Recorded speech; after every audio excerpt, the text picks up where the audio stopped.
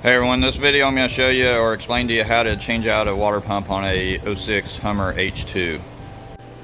So here's what it looks like with the hood popped and the water pump setting right down there, so you're going to have to take all this off to get to it. Okay, so you can see here where I've got the intake tube out. I've taken off the two water hoses connected to the side of the water pump, and then the water hose right there, and then the water hose that was attached to the top right here that runs across the radiator, and I just set that up top. Then I took the fan off and just lean it forward. Now you don't want to punch the radiator or anything.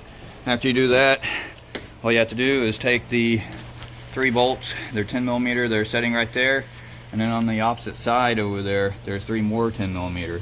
Once you take those 6 bolts out, then the water pump will probably slide right out. Oh, and I forgot to mention too that you need to take the belt off from the tensioner right here, but once you get all 6 bolts out, you'll see the water pump. Once you get the last one loose, you'll see the water pump start moving.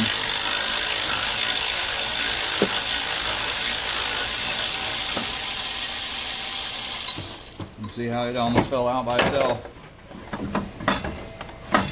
Once that's loose, you'll be able to bring the water pump right up through here. You don't have to take the radiator out, you don't have to take the fan shroud out, and you can just lean the fan straight forward. But you do want to clean the surface on the engine, get it ready for the new water pump, and then just reverse process putting it back in, and fill up your antifreeze. Anyways, thanks for watching the video today. Sorry it wasn't too detailed. I'm running really short of video room. If you haven't already, please hit that subscribe button for me. Like it, share it. Let me know what you think in the comments below. Stay tuned for more videos. Keep in mind, every vehicle is different and could have been modified or whatever, so your process might be different than what I had to do.